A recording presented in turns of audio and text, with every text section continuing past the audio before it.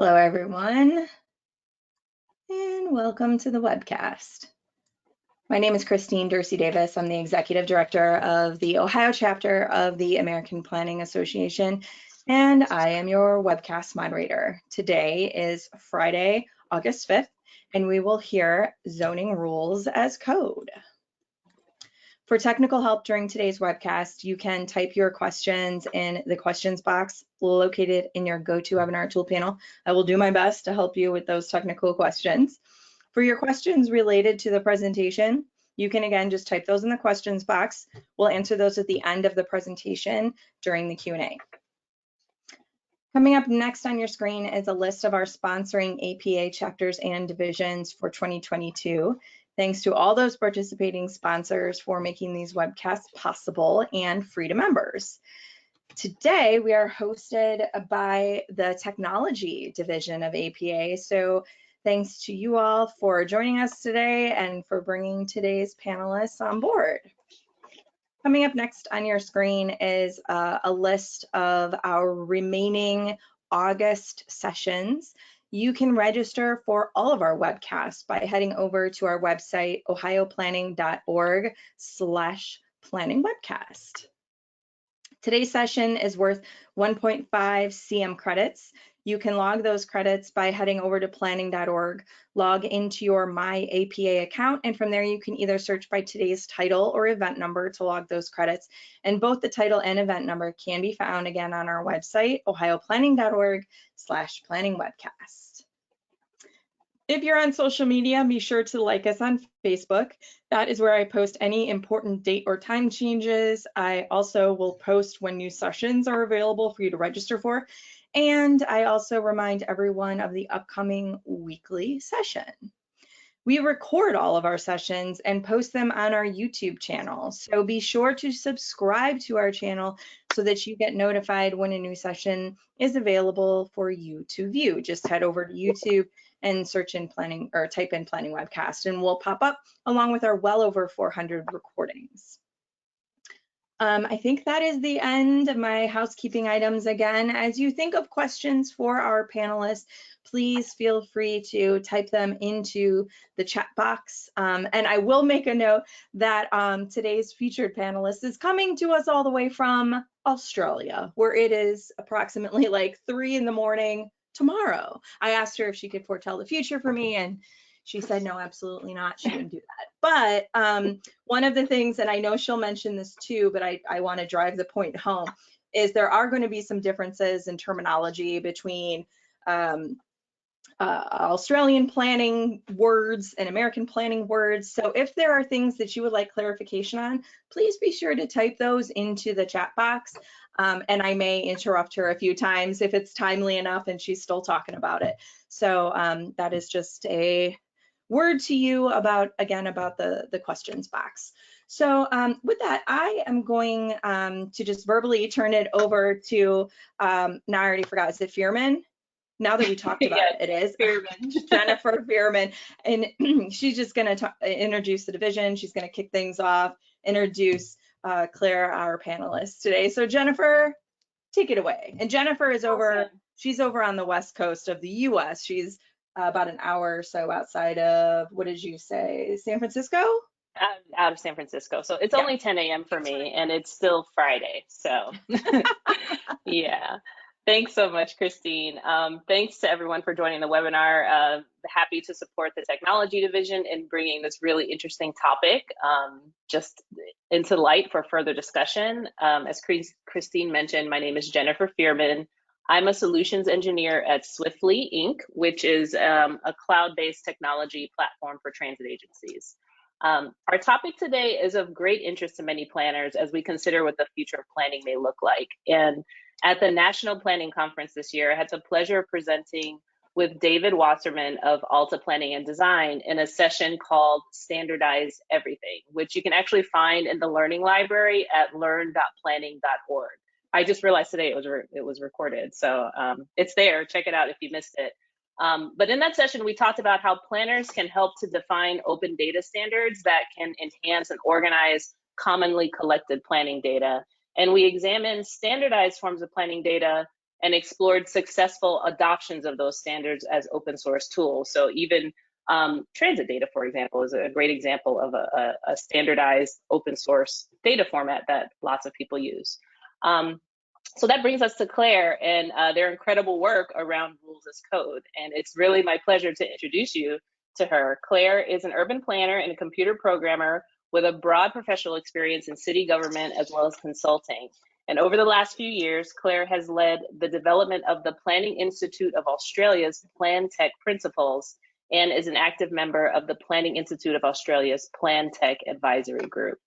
Claire, like many of us, sees an urgent need for planners to understand and face head-on the opportunities and challenges posed by digital technology. Claire's completing a PhD at the University of New South Wales in Australia in order to devote their time fully to achieving this end. And Claire's known internationally for this work. It's going to be a great resource. So take it away, Claire. Great. Everyone can still hear me?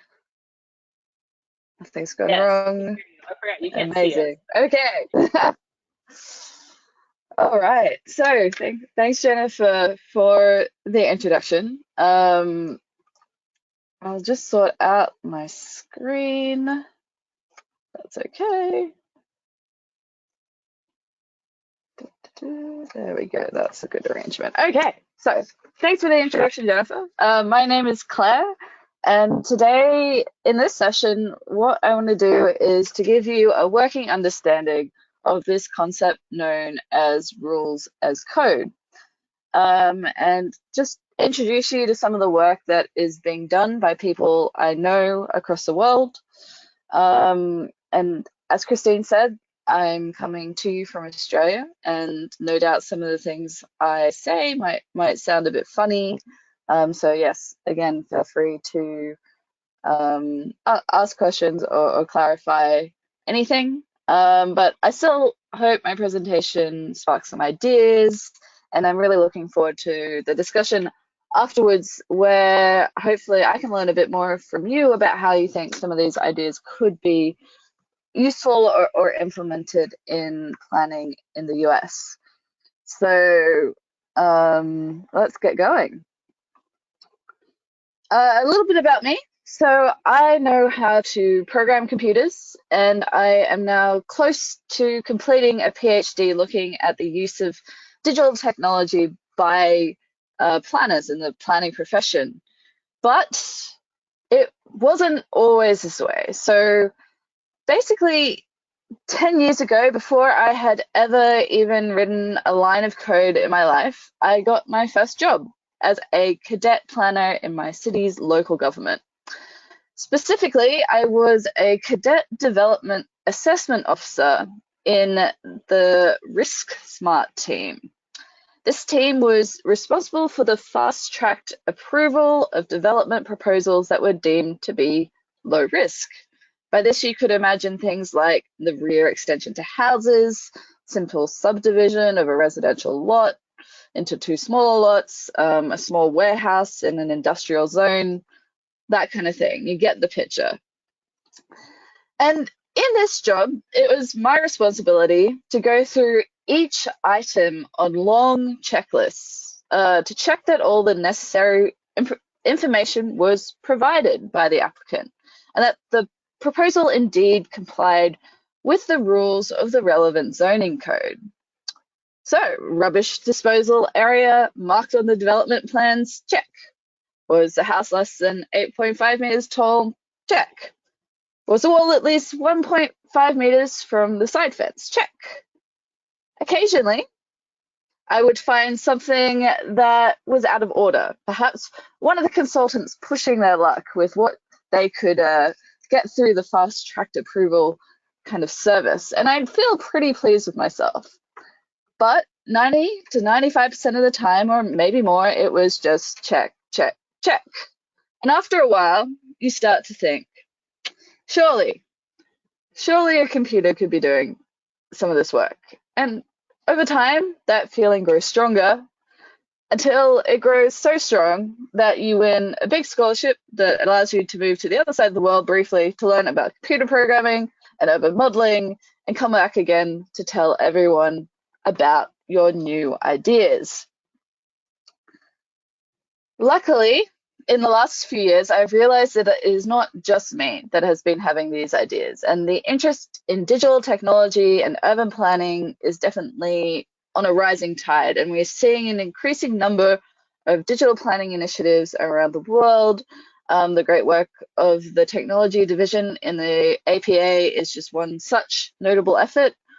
But here in Australia and in the United Kingdom and New Zealand, we also have had groups form within professional institutes and organizations, kind of with the idea to prepare planners for the sense of impact of impending kind of digital change and disruption. So what does this future actually look like? And this year I ran a comprehensive multinational survey of planners across the USA, Canada, Australia, New Zealand, around their use of technology and data. And maybe some of you responded to that survey, and thank you very much for doing that. It's been very helpful. But reading the responses of this survey, it turns out that everyone has a pretty consistent expectation, actually, of what they think the future will look like. And it's kind of hinging around these two concepts, automation and data. So responses to my survey show that there is actually widespread expectation among planners around the world that many routine tasks will be automated, or at least assisted or augmented in some way by computers in a way that they are not currently. Anything from document preparation, report preparation, assessment of simple kind of development applications. And many of these innovations are actually underpinned by the idea that we could write planning rules in computer code, or at least some other structured digital format that computers can understand. And this is a concept known as rules as code, or legislation as code, and a few other terms, but that's the basic idea, that we are writing rules in formats, for example, a computer code or a data standard of kind of structured in a structured way, that can then be used by a machine and understand by a computer, that is to be automatically incorporated in software applications. And again, I'm not an expert in the American planning system. I have no first-hand experience of the American planning system, but a cursory look at your zoning rules against some of ours suggests that we probably have something in common here. So on the left there, you've got, I think, the state development provisions for the state of New South Wales, where I live currently. I didn't grow up here, so I'm not as familiar with it, but you can see kind of the standard lists of side setbacks, heights, etc. And then I've gone and I've looked at a few different cities in the USA, and I've just picked out the one from New York, and you can kind of see it looks like pretty similar things are happening here. And so if you have these rules as in this digital or machine readable format, they can then be used in many different types of software applications. So for instance, a website that helps local residents know about their development rights and understand the planning and zoning requirements for their property. Of course, development feasibility software, the idea that you could have perhaps digital information about your underlying zoning, and you could pick your site, and it could then do some computationally generated design of a permitted building form and calculate the likely kind of yield of that site in terms of the number of dwellings or the floor space, and do all of those kind of profit calculations. You also could have automated assessment of simple development proposals, like I was talking about with my experience as a cadet planner in the Risk Smart team. You could, even for more complex development proposals that maybe could not be automated, it could streamline the assessment of those things in a ways that hopefully I'll make clear later on. And another really exciting and interesting thing, I guess, particularly to some of the academics that I spend most of my time around at the moment, is that you can do lots of fun urban modeling things. So for instance, you could be measuring the cumulative impact of a rule change. So if you had your 3D model of your city or your city digital twin, you could test different scenarios based on if you had those underlying rules, and you could just tweak them and see what happened to maybe the total number of dwellings that could be developed in an area, or the amount of solar power, or all of those kinds of things based on that physical form of how your city might develop. And the truth is, you might already be familiar with a lot of these different types of software applications. And at this point, I need to say that, you know, using rules in software is really not a new idea. Programmers have been employed for a very long time to do this kind of work.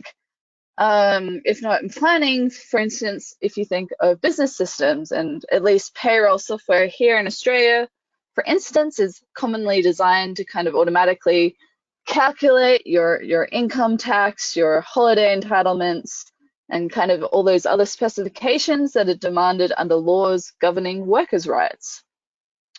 And in recent years, we have seen kind of explosion in the fintech and the regtech sectors, and even some of the applications in the PropTech sectors that are really essentially just revolve around the idea that you could create software applications that aim to reduce the costs of administrative kind of compliance and reporting and that kind of regulatory administrative burden.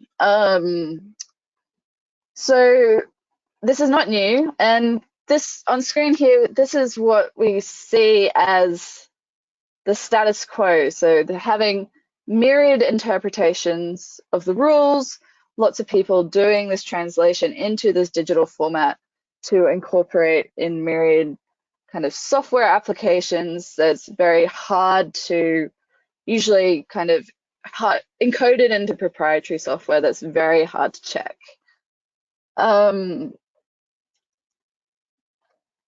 So what is new, however, is at least in terms of practical application, is the idea of going upstream to the source of the rules themselves, that the government or another governing or regulatory body would publish themselves a machine-readable version of their rules, which could then be reused in lots of different private and public sector software applications.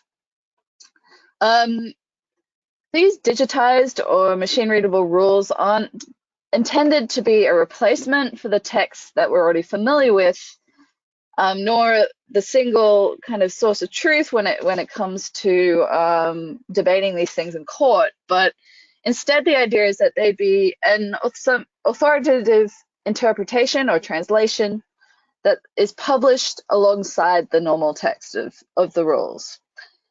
And the idea is that this would have numerous benefits. So for one, just reducing that duplication of effort.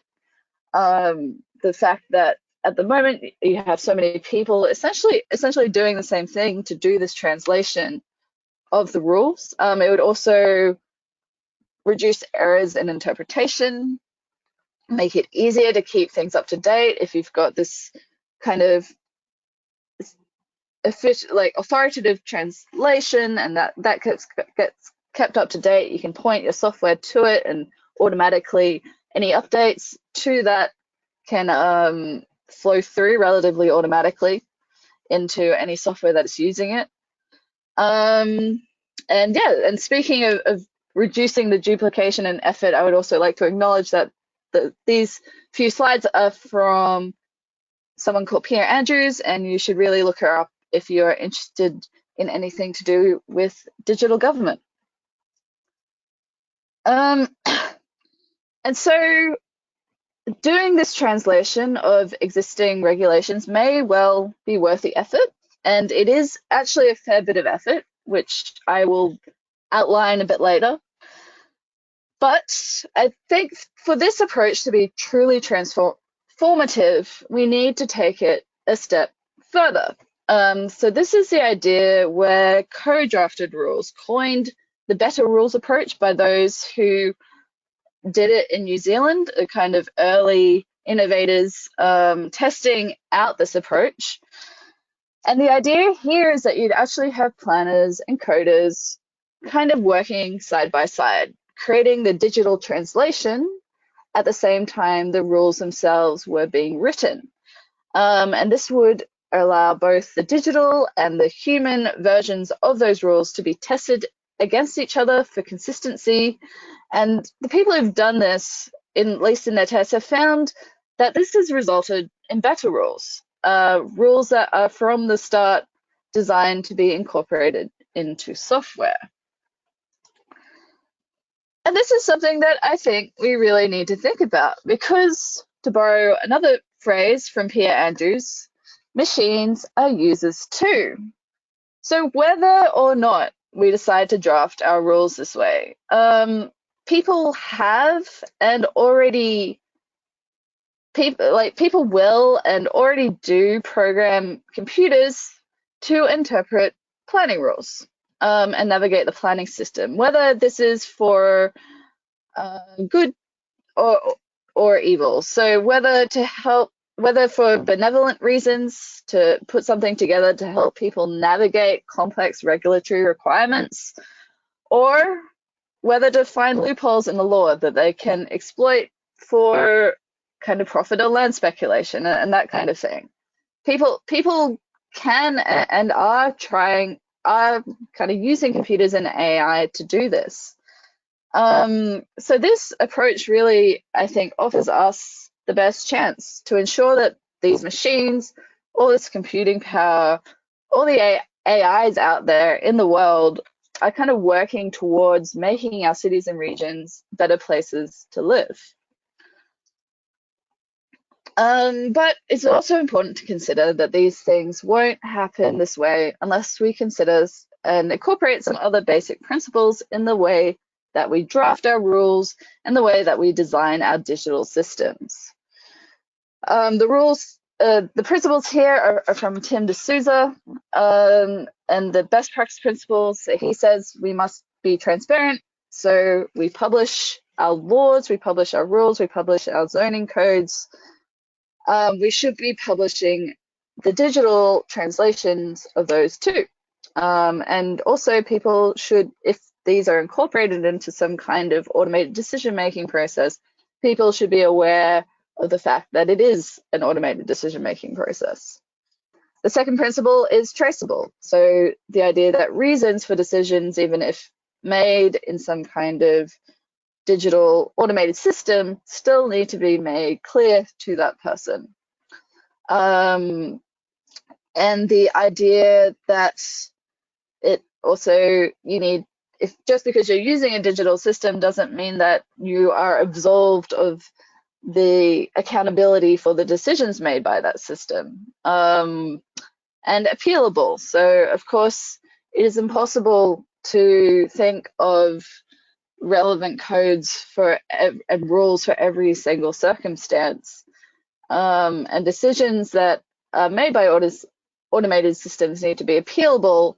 And by appealable, I mean to the same or a greater level of service than you currently provide without the automated digital system. It's not reasonable for things to start taking months if it's not something that fits, if it's one of those edge cases, if it's not something that will kind of be easily processed by your automated system.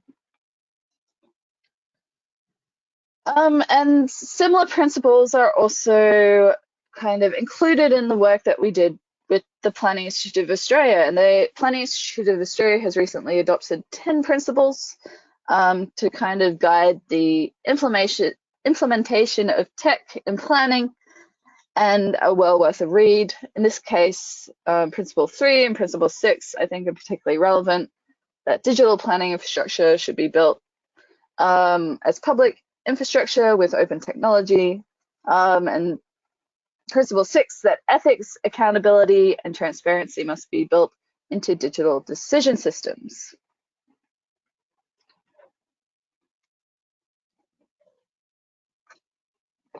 So, okay, so that sounds great, right? What are people actually doing to make this happen? And the honest answer is that we are still in very early and experimental days. I feel across most of the governments in that kind of that I know of in the Anglosphere that I study, but especially for planning. So, but there are still a couple of examples that I'd like to highlight for you. Where are we? New Zealand. So, this is the Wellington City Council Resource Consent Checker. So, in New Zealand, they had a pilot of the better rules approach within the central government. And then when that finished, a lot of their people actually moved to Wellington City Council, where they started to apply this work to planning. And what they did, this is another pilot, they took their residential zoning rules and kind of did a digital translation of them. And what they've done with that is to create a website where anyone can go, and that kind of guides the potential applicant through a map. You can click the property you're interested in, and it goes through a step-by-step process, asking you questions about the type of development you'd like to do, and comes up in the end with advice around whether or not you need approval, or what kind of documents you need to prepare, and what kind of things you might need to kind of take particular note of if it doesn't meet the requirements. And this was a successful pilot.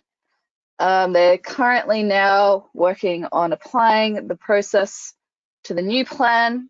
And the people there are Nadia Webster and Hamish Fraser, and I know them quite well, and they're wonderful people, and Sean Ordain, as well as the Chief Innovation Officer at Wellington City Council, I think, and he is also an urban planner.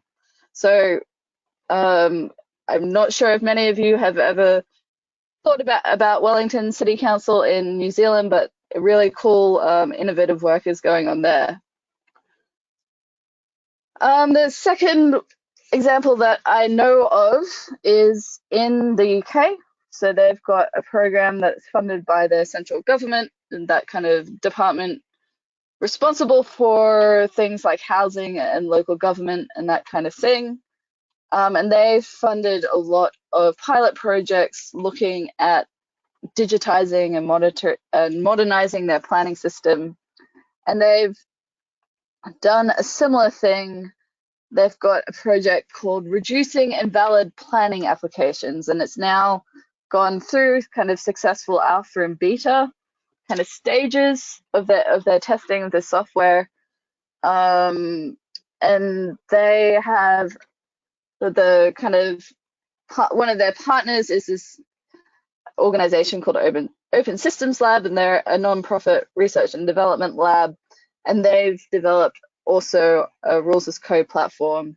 And that project, which to reduce invalid planning applications, is a similar kind of service to the one that Wellington City Council provides, that someone can jump on a website without needing a planning degree, go through a list of, be guided through a list of questions and work out what they need to make sure they have in their application, and make sure everything's in order, and that they are aware of the rules that apply to them. We then have another example. This is much closer to me. In Australia, the state of Victoria has another pilot, eComply, and this one goes a few steps further, I believe, in terms of they're actually looking at the automated assessment of perhaps a digital representation of a three-dimensional building. The idea that you could have your 3D representation of the building or the development you want to do, and you can then put that into a city digital twin or a 3D digital model of your city, and then using the kind of underlying rules, make all the necessary measurements to work out whether that complies with the relevant zoning code for that area. And then, of course, you have a number of proprietary applications that use digital planning rules. And no doubt you have many in America, but these are two successful startups in Australia. And these are the kind of organizations that could be taking these coded rules and incorporating them into their software to do this kind of computational design, development, feasibility type of, provide this computational design, development, feasibility type of service. And so I hope that you've had a bit of a taste and can see how rules could form part of a broader public digital infrastructure. So this would be a platform of standardized and digitized information that underlies a lot of this innovation. And this is something that we often forget about. So we get distracted sometimes, I think, by some of the shinier tools like I just showed you. But the fact of the matter is that a lot of these things aren't possible without an underlying foundation of standardized and digitized data, and that includes things like your digital maps of your zones, but it also includes things like the rules themselves. And so all your content, data, transactions, and rules provided in a fully interoperable and digitized format, which can then be built upon. And this draws on ideas from government as platform by people like Tim O'Reilly, Richard Pope, and again, Pierre Andrews and others, that your regulatory services could be provided in this fully digitized way. So, how to code planning rules. And today I actually want to go into a fair bit of detail. Often when I talk about tech, people tune out. Sometimes they're like, oh, Claire, I couldn't possibly understand tech. That's kind of your thing that you do, and you can do it for me, which is nice in some ways because it means that I get invited to talk a lot and get to talk to you today. But it can also be quite frustrating because the principles that lie behind a lot of this technology are actually pretty simple and not that hard to grasp. And I think some appreciation of the technical detail will go really a long way to help ensure that you have a productive conversation and that you're a confident and have the skills to engage with the tech side of things, particularly as it's becoming more integral to the way that we work. And also, if you are working in a regulatory role, coding is really not that different to what we do every day. So today, we are going to, I'm not going to ask you to write some code, but I'm going to show you how you would write a simple Python program. And the program will ask the applicant questions to see whether their proposed development complies with the relevant zoning regulation. And this is an example that's pulled from the New South Wales State Environmental Planning Policy Exempt and Complying Development Codes, which I believe is quite similar to your zoning rules that you have in the US. To make it easy, we are going to start with this following provision. Feel free to play along at home and make some notes as we go through each step. But to make it easy, we are going to start with this provision. And this is about as simple as it gets. There are not many humans who would read this and wouldn't be able to kind of understand what that says. However, to make this useful for a computer, again, a quality that's referred to as machine readable, which is a term I've been using quite a bit during this presentation, we definitely need to break this down further and define each element explicitly. And rules as code relies on explicit mathematical statements and logical statements that are known as Boolean logic. Essentially, a question where you can get to a yes or no answer or a true or false answer is essentially what we're looking at here. And hopefully you're familiar with some of those kind of statements that you see on the screen.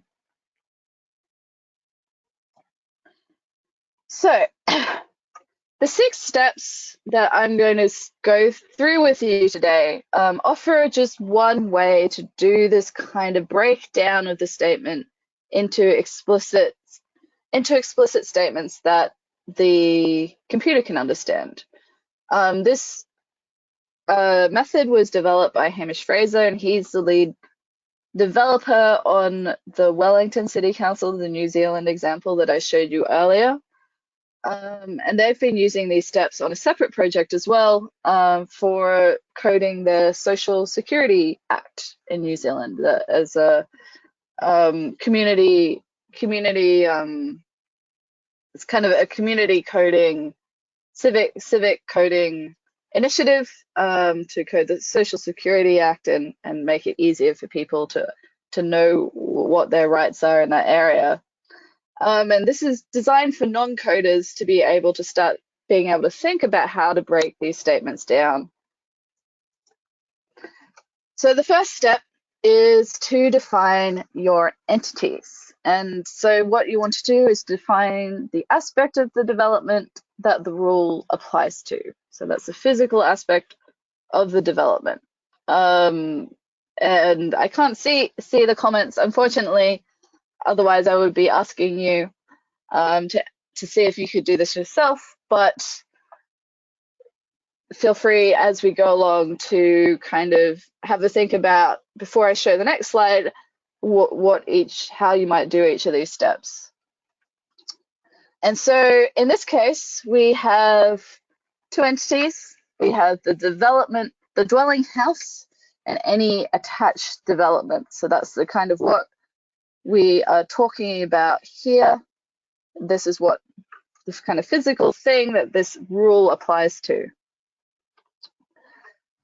Step 2 is to articulate the outcome. So what is the outcome required from this rule, and to articulate that as a true or false statement.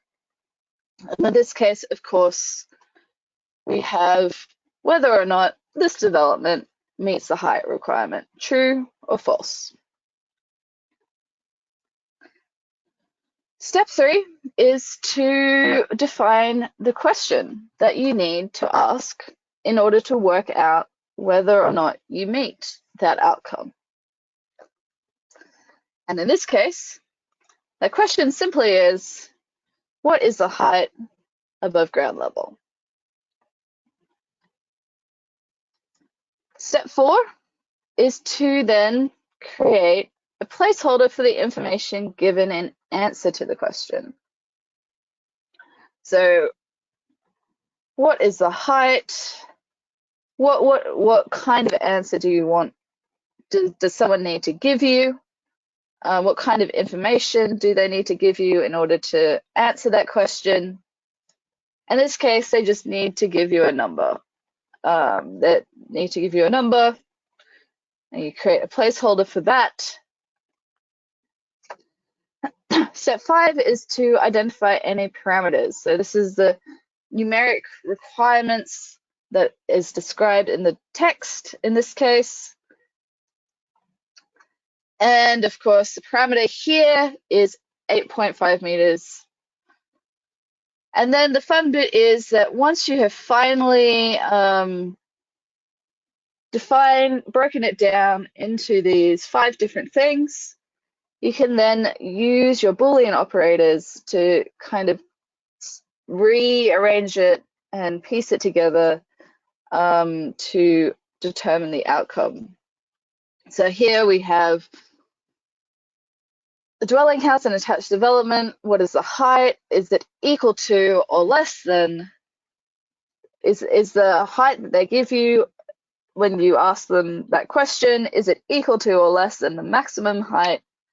And that will end up with a yes or a no answer, or a true or a false answer. And so now we have everything we need to actually start writing our computer program. And I won't get you to do this today, but the code is there. You can use that link to play with it yourself if you want to have a simple coding exercise.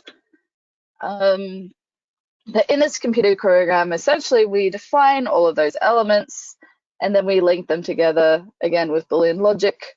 So on the screen here is a code written in Python. And at its most basic level, this is all there is to it. This is it. This is all there is. And the great thing about this program is once written, you can easily update it. So if the planning requirements change from 8.5 meters to 10 meters, that change in this setting would be as easy as just changing that single number, and then anything that's working from that code would then automatically be able to update and kind of give you different answers. So again, if you're keen for a simple coding exercise, you can go look at that later. Okay, so that was one simple provision. What happens when we add a second provision? So for instance, this one is now looking at the setback of the building from the primary road. And in this case, in this particular zoning code, they give a little table which shows that that setback is dependent on your lot size. And when we break that down, we get something that looks like this. And so you can see that even with one extra provision, suddenly our flowchart that is showing the explicit relationships and the logic starts to become much more complicated. And even this example on screen is possibly not perfect. And so this brings us to the fact that if we imagine the rest of our planning code, we can quickly realize how big this can get. So when working on the prototype, again, the New Zealand example, the innovation team at Wellington City Council constructed a similar sort of diagram that had 420 different elements and something like 120 different questions that they had to ask if they were going to code everything in that residential part, just the residential part of their plan. And of course, the software built on top of that would be able to step someone through. Someone wouldn't have to answer all 120 questions. They'd only have to answer the ones that were relevant to their situation.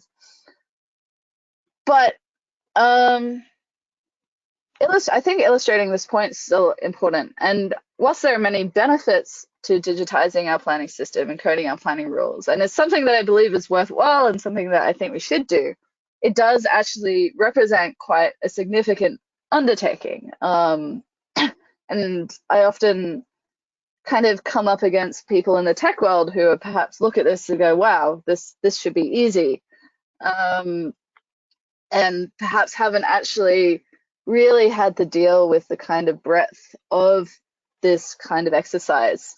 So definitely something to bear in mind when you are thinking of starting to look at this kind of technology, and recommend caution with working with anyone who tells you it's going to be super easy. Another thing around complexity is not just the breadth, but is the fact that any digital translation or any digital interpretation, it's not just a technical exercise, it's something that's going to involve a lot of choices. This is a little example of this is the problem of having infinite definitions. So for instance, the maximum height for a dwelling house and any attached development. I imagine that attached development is not necessarily something which the person on the street would know what that is. And so you go to your definition section and you find out that attached development means any of the following of this long list of things. And then you might look at the definition within the code for any one of those individual things. And then you find out carport means a roof structure for the shelter of motor vehicles that has 2 or more sides open and not less than 1/3 of its perimeter open. And then you can kind of see the infinite kind of scope potentially of coding these rules, and kind of at some point you need to draw a line as to how much detail you go into. And this is something which is almost entirely dependent on what you actually want to use your coded rules for in some ways. And also, I think the widespread use of this approach will also kind of put pressure on planners to simplify rules. And whilst simplifying things and getting rid of unnecessary complexity, I think could be a really good thing. This is not just a technical exercise that I think planners can outsource to others and give no thought to. We need to make sure that we are constantly thinking critically about the bigger goals that we want to achieve that we need these rules to achieve for our cities and for our places. And it's also important to understand that rules is, and so from that, I hope that you can understand now that rules as code is not magic. It will not automate everything we do, and it won't replace I don't think it will replace planners. And in more specific terms, I like this definition from Matthew Wellington, and he's a legislative drafter from the island of Jersey in the UK, who is a big thinker in this area, kind of following the trend of small islands being really innovative. And he visited Sydney recently, and he said this. He said, rules as code is a framework for quickly getting to the right questions. The answers to these questions might be easily quantified and attached to a digital object. You can imagine in our example, when we identified the question, what is the height of the building, that perhaps we could put our digital building into our digital city and get the computer to make that measurement for us automatically. And this is obviously the dream for many people who want to try this. But often the answers to the questions aren't so easily quantified, and they should not actually be easily quantified. So perhaps in a criminal matter, how would you define something like unreasonable force in self-defense? That's just not something that can and should be quantified in this way. But even perhaps in a planning matter, so you might have something which leads you up to the question, protect your neighbor's privacy. And again, not something that you can necessarily easily define in a quantifiable way. But the idea that this framework helps you get to the right questions, and that is still something that's really, really useful. And to kind of give you those lists of questions that you need to be able to answer whenever you are working with the planning system. And this is something that I think these kind of frameworks for getting to the right questions are really useful. And that's because really planning regulations at least in my country, and I think looking even just briefly at yours, they're hideously complex, and that this complexity is only increasing. I remember as a graduate planner, I was in the team that was rewriting the plan for my city in 2014, and when we took that to council, to the elected representatives for their consideration and for them to officially adopt that plan or make any changes, we had to print it out. And this plan was designed really just to be viewed on a website. And when we printed it out, we had to wheel it to the council chambers on a trolley. It was that vast to cover every single zone development combination you could kind of possibly think of for the city. And that's really hard to navigate. And having this kind of framework that can get you through that is something that would be a real game changer, I think, for planning and for all those other applications that we can think of. So I think we should be aiming to design these kind of interactive systems that don't require people to have a planning degree or a law degree to find out their basic development rights and what kind of change is planned for your neighborhood. And also, I don't think we should be wasting highly trained people on basic computing and administrative tasks. So as planners, we need to be really active in reimagining the role of the people who are in those kind of areas. And amongst other things, of course, there's a climate crisis to solve. So there's definitely plenty of things for planners to be doing. Anyway, so in summary, think big. This is a big vision. This is a big change. This could really transform how we understand and interact with planning systems. But in order to succeed when dealing with existing rule projects, you need to start small. So start with small subsections of prescriptive rules and policies, prioritize areas where you get lots of frequently asked questions or have a particularly high administrative burden, and also work in the open. So it's going to be much easier for with all of these pilots that are being done in governments all over the world. It's going to be much easier for everyone if everyone can learn from each other. One project that does that really well is the UK. So with their open digital planning project to digitize their planning system, they give regular updates on their blog, and they have their code, and everything is kind of there for anyone else who wants to learn from their project to pick it up and try it themselves, and hopefully avoid some of the same mistakes that I made.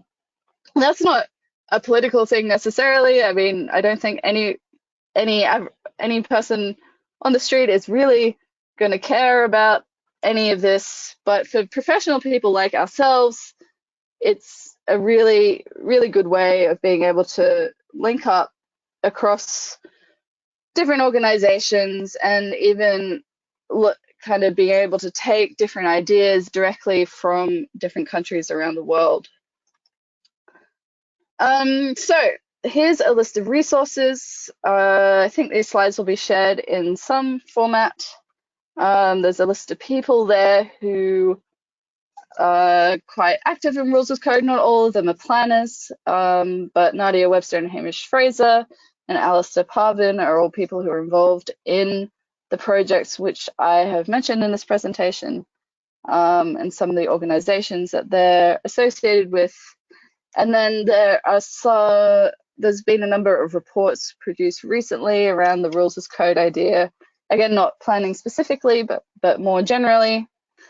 And there is a wiki that's been put together as well, which has a lot of resources for anyone who would like to learn a little bit more about the people and the kind of projects where this approach is being tested. So, thanks. that is all.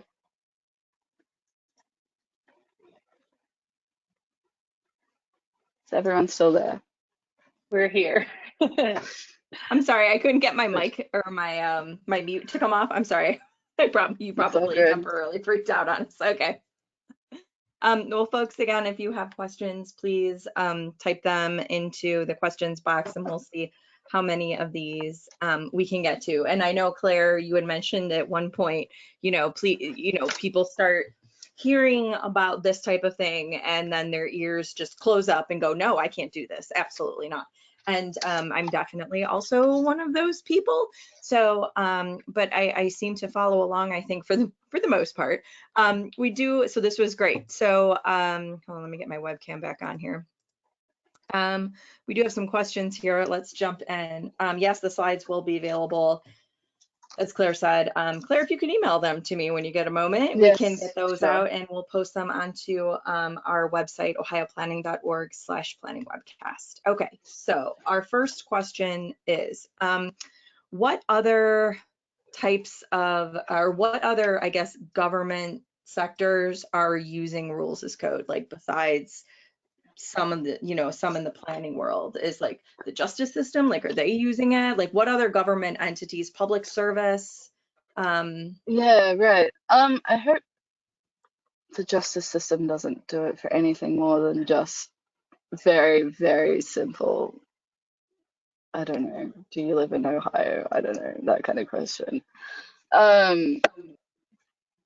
Okay, so the other areas that this is being used, there's a few. So a lot of it started in, there's a few different places it started. So in France, actually, one of the main platforms for kind of doing this translation was developed from kind of modeling their tax law, and the idea that you could kind of work out, you could code your tax rules and then do your modeling of your population to do all of your government budgets. If you coded all of that side of things, and you could be like, okay, well, if we changed income tax by this, what would that then mean for our government budgets? So that's something that's been done.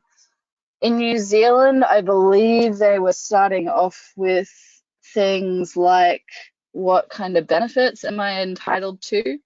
Those kinds of questions. So being able to code that type of legislation and then build kind of websites to help people get help, essentially, when they need it, which is a really cool application, I think. In the government of the state that I live in, they have been using it recently to look at energy savings regulations. So a lot of the energy savings regulations have things like, if you install a smart light bulb in your business, you are entitled to this kind of rebate. So really kind of complicated, finicky, but very, very prescriptive kinds of rules that this approach can be really helpful for. And I guess, yeah, the idea that this approach is essentially best for when you've got those very prescriptive circumstances.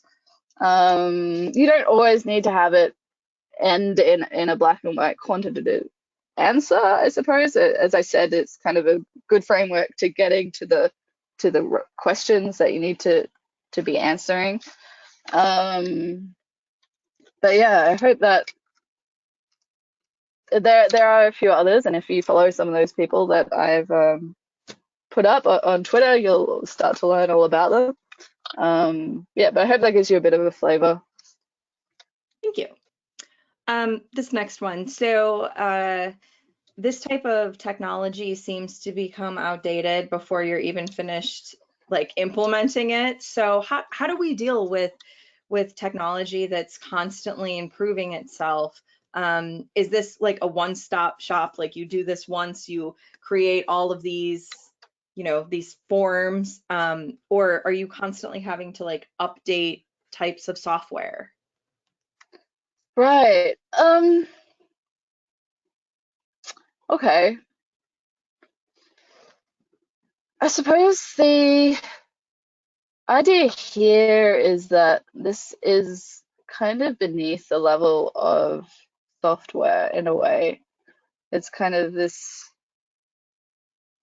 more, it's like your digital, it's more like data. It's more like creating data from what is otherwise a, your regulatory zoning document. And then really you just have to keep that as up to date as you keep your zoning regulations. So you have to have a process, of course, that when the zoning regulations got updated, that you'd also update your digital translation. But that's all that would really be required in this case. And then having that digitized then enables whatever technologies that we can't even think of today to that might want to use it within the digital twins, digital city models, et cetera, et cetera. But yeah, the idea that actually a lot of that innovation can't happen unless you have these digital translations, or people try to make it happen using a lot of AI shortcuts and in a really messy way where we end up with black box decision making and nobody can actually work out how their planning approval was granted, which is not a feature that I'm particularly keen on, which is why I like this approach, is that we do it properly from the start and you have this explicit and transparent process, and then it becomes a resource, kind of that governance platform idea. It becomes a resource that everyone can then use, whether you're a private sector or a public sector organization. Great.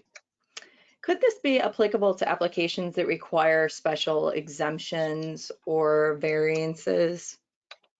Or does that kind of get tricky and fall into the lap of a human?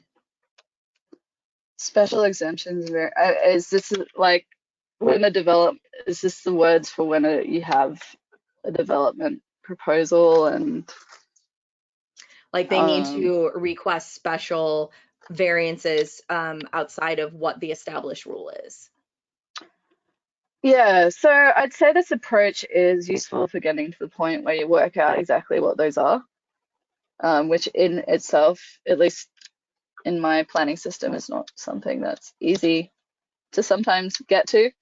The idea that you kind of cut all of your administration down to those special variances, that you don't actually, that's all you have to think about. If you have your software that's able to relatively automatically go, okay, all of this is fine, we need to talk about this, and we don't have an answer for this because we never anticipated it when we wrote our zoning code, therefore go humans, work it out. Yeah. So do humans double check computer results, or do they normally just see the results and move forward? Right. I suppose it depends on how you design the system. For a lot of simple administrative things, often if it's just going to be a green light, I would say people aren't necessarily going to question. They're going to take their green light and go, which is great. And then if you get a red light on any specific things, then the idea that you need to have that traceable system which can actually tell you why. So you're not just having computer says no and then not being able to actually go back and work out that logic. is how I think about that. Whether people, become overly reliant, I guess it's about testing the rules to start with. I guess that's why doing this at the start is a really good, avoids a lot of problems where you have misinterpretation. And everyone who I know who's talked to me who's actually done this has come up with things like, okay, this thing isn't actually defined in the rules. This thing contradicts this other thing in the rules, because by the time you've got to page 520, people have forgotten what they wrote on page 5. And all of those inconsistencies that we kind of just live with. Our law is really messy, and is patched, and this one supersedes that one, and kind of the idea that you could deal with a lot of these inconsistencies and have this logical structure that you're testing against at the start to try to make it a little more likely to be correct, I suppose, and have it clear anyway. Yeah, but yeah, definitely need to be able to have that traceability. And I imagine, as soon as anything doesn't get that green light, people will definitely want to be able to go back and look at the underlying logic. And I guess that's in essence how our legal system works, the idea that you can do that. And our democracy works in some ways, the idea that you can do that as well. Let's talk a little more about problems that you have identified with this. I know you mentioned a little bit about it can potentially contradict itself, just based solely on the fact that you have a 500-page zoning code and humans made it, and there will be contradictions. And so then, of course, there will be contradictions in this code version. What other issues besides that, big issues, have you come across, or what should planners be staying away from in utilizing this? What shouldn't they try to utilize this for?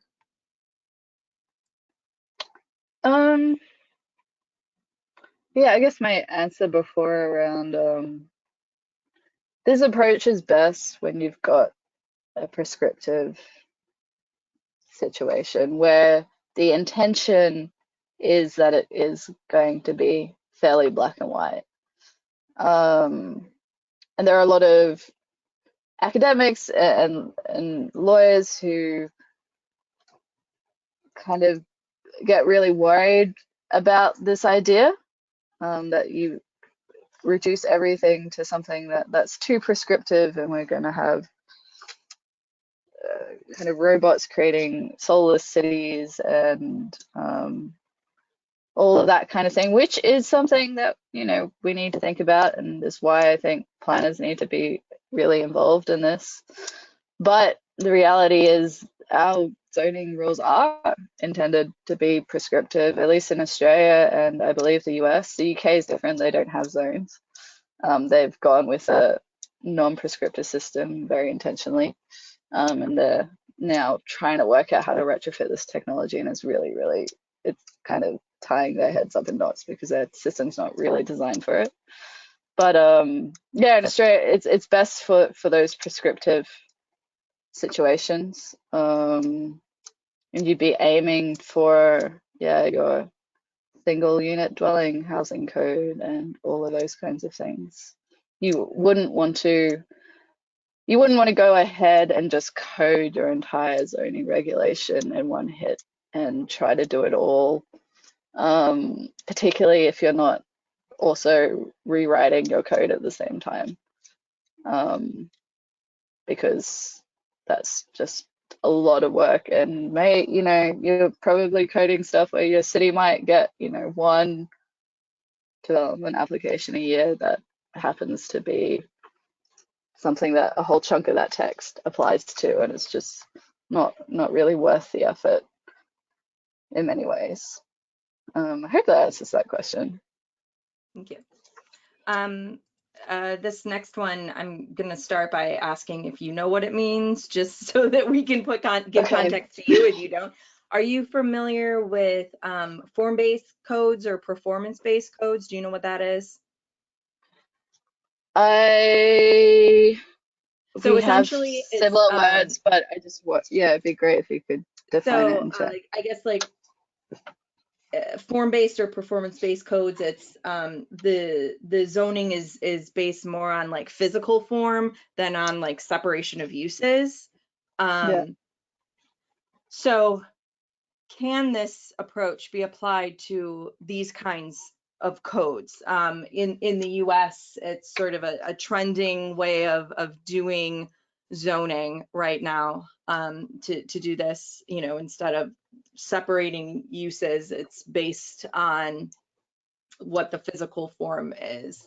It's just a different way to zone. Do you think, just with that limited Right. amount of Okay. information, that it could be applicable? Right. Okay. I would say it's probably more applicable to form-based zones.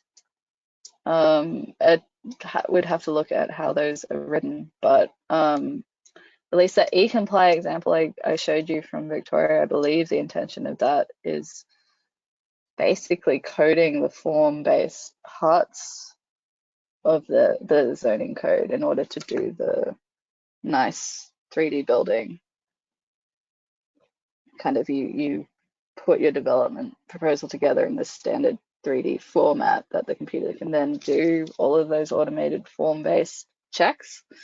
It's probably harder to, at least on the automation side of things, and I'm not a proponent for automation where automation's not necessary, but it's probably harder to, because at least there you've kind of got the physical form of a building, you've got a physical object, whereas describing low intensity manufacturing processes and the number of people you can have on a site at any given time of day and all of those things are, you know, information that you're not just going to be coding already naturally into your architectural plans, I suppose, that you actually have to separately specify that information. Yeah, but I don't know specifically the situation with your codes. So what kind of pushback do you anticipate, or have you seen from the public sector with solutions that are technology oriented like this? I think there's always I think at the moment we're kind of in the world of lots and lots of pilots, which I think is appropriate for the stage that we're at, but definitely for lots of things you can end up with endless tests that never kind of get the backing to be scaled. You know, they'll be doing something innovative and then they won't back it with the more systemic changes that need to happen in order to really truly have this digital system, and to reap all the benefits of what a truly digital system would be. So that's something. Working in the open is always a challenge, I think, for public sector organizations. I think that's starting to change. People are sharing more. I think maybe that's just the norms around society and the internet. People are sharing more about what they're doing, which is really great. I'm feeling a little braver to share when things go wrong, and when things go over budget or all of those kind of things. That's information that is really, really critical if we're going to progress this efficiently, so everyone can learn from each other, but it's not necessarily something a public sector or for that matter any organization necessarily wants to publish like, wow, we tried this and it was so much effort and we worked out that we can't, you know, we can't code our existing rules because they're just too, like, we have to rewrite them. Sometimes I think we're going to end up with situations where we're looking at something like we have to rewrite this if we're going to do this in a way that makes sense. Yeah, so that's probably, and the effort involved in that, I imagine is something that people could run up against. But I think it's worth it.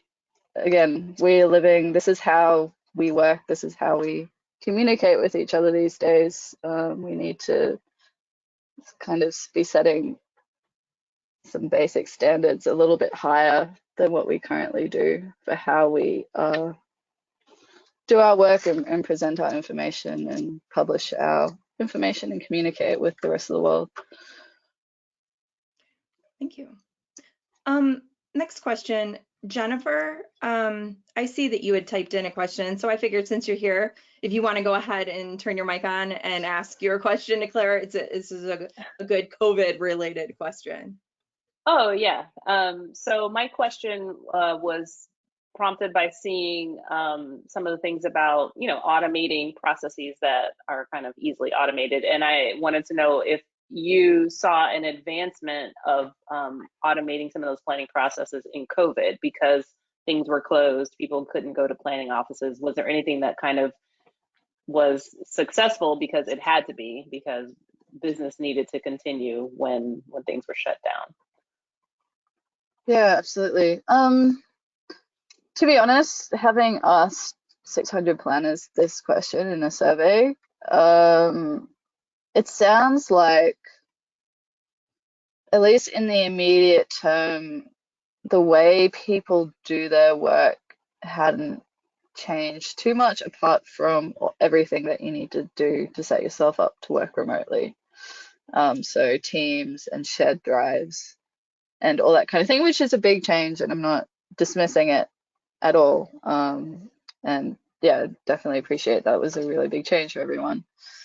But in terms of, yeah, some of this more quote unquote innovative stuff, there's nothing to suggest that people were suddenly radically doing things differently and using a whole heap of extra data and, yeah, doing these things. However, I think it is fair to say that the appreciation for kind of digitizing things and those digitization initiatives has increased substantially. I think it has accelerated investment in digital solutions in government and other sectors as well. That is now perhaps starting to ramp up now that we have some bandwidth that's not just trying to work from home whilst homeschooling our children and et cetera, et cetera. Now we're kind of at a point where we have a bit more bandwidth to be doing things. I think things will actually start to change, at least for this kind of technology, things will start to change over the next couple of years. Maybe accelerated by COVID, but it wasn't, the idea that it happened automatically or instantly, I don't think stands up to what people have been telling me. Real quick, everyone, if you go to your chat box, you'll see I just put some links in there. They're YouTube links. These are the most recent technology division sessions, and a couple of them I think will help if you watch them lay some groundwork for also some of the things that Claire was mentioning. One of the things at the top of my list that I would review, one of the sessions that I put in there in the chat is all about GitHub for planners, which I know was one of the resources that Claire had mentioned. There was also a session that was done, I think, last year on digital public participation. And then this year too, there was a session back in March about just digital planning. And I think it has a really great complement to what Claire has been talking about too. And that was a really interesting session. And I just highly encourage everyone. Essentially, that one went over a lot of like e-plan reviews and that whole like digitizing general or comp plans and things like that. So I really suggest that you all jump on and take a look at some of those. And then the most recent one was about building a national zoning atlas, which was really interesting.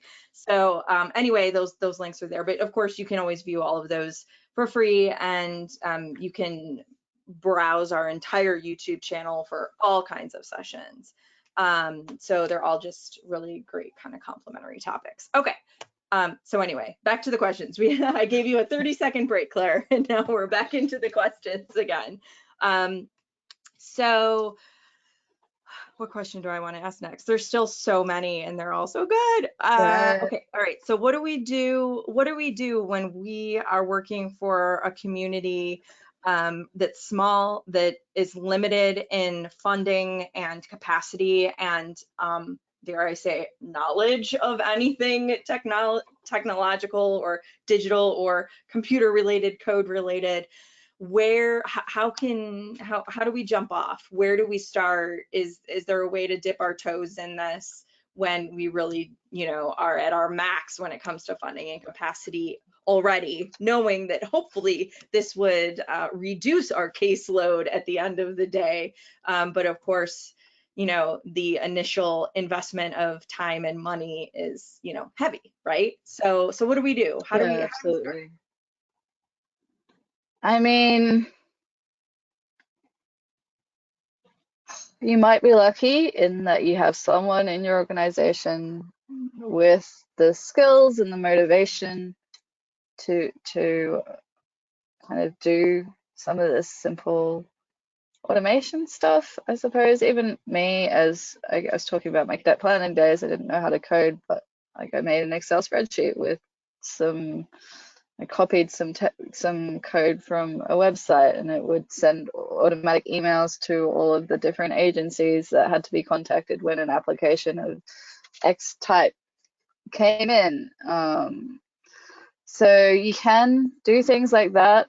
And one piece of advice, again, from the person I quoted a lot in that presentation, Pia Andrews, when she manages her teams, she's worked as a director in lots of larger government departments, admittedly, but is that she gives her staff, she ring fences 10% of their time for innovation, just to make sure that you're not stuck in that situation where you are constantly just overwhelmed with what you have to do to meet the deadline the next day, knowing that if you had a little bit of extra time, you could design a process where you would save time, but you need that little bit of extra time to do it. And that's a really frustrating place to be, and I've been in it, and it's part of the reason I ran away most recently to do a PhD, is so that I could get out of that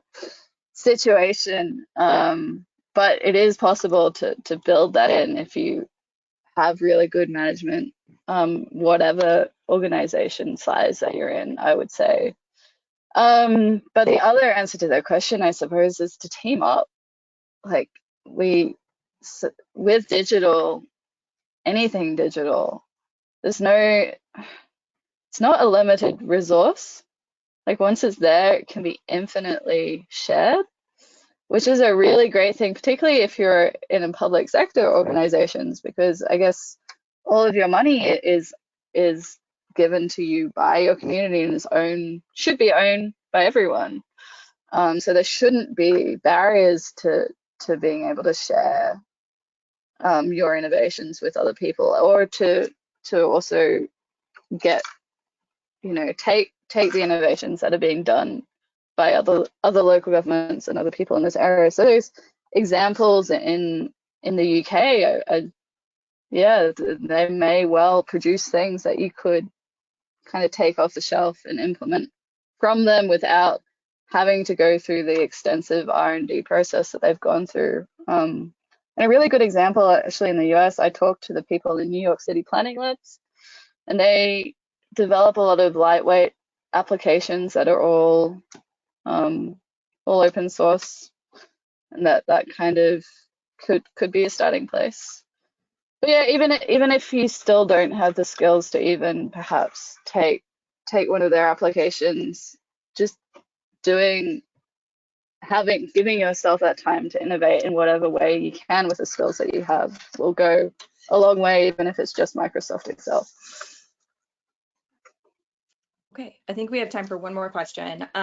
Since you are in tomorrow and you can foresee the future a little bit, so do you think, I mean, I personally feel that there is going to be just more and more digitizing of things within our field, kind of this AI sort of, automated processing, applications, all of that. Do you foresee a change in what a planner does, what they need to be educated on, like what the role of the future planner is? Like, are we all of a sudden going to be taking coding courses? I mean, I feel like, based on everything, and at least over here in the US, I feel like that COVID really just, it just put everything on a fast track when it came to anything digital, anything, they can save someone a couple minutes because time is of the essence and employees are stretched thin as it is. So I mean, if I were going back to grad school today, I would probably sign myself up for some more technology based courses. Is this something that you feel that our students are going to be leaning into more and more? Right. I guess my opinion on coding is that it would be beneficial for everyone in primary school and high school, that general education, to be able to code, I guess, at least in a basic way, and to have that computational thinking.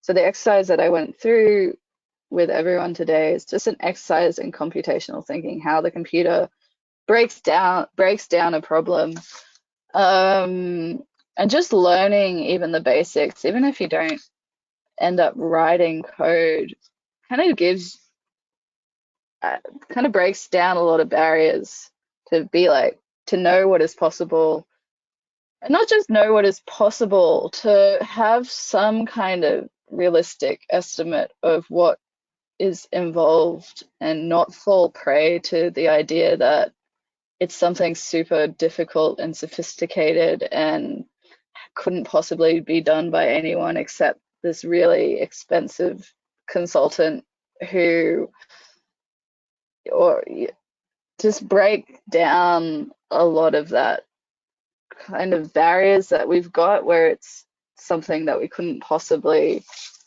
engage in or have any opinions on, or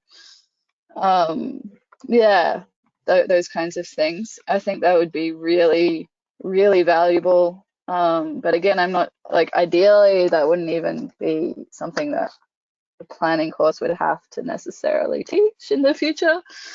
It's just something that we all know how to do, or have a little bit more awareness of.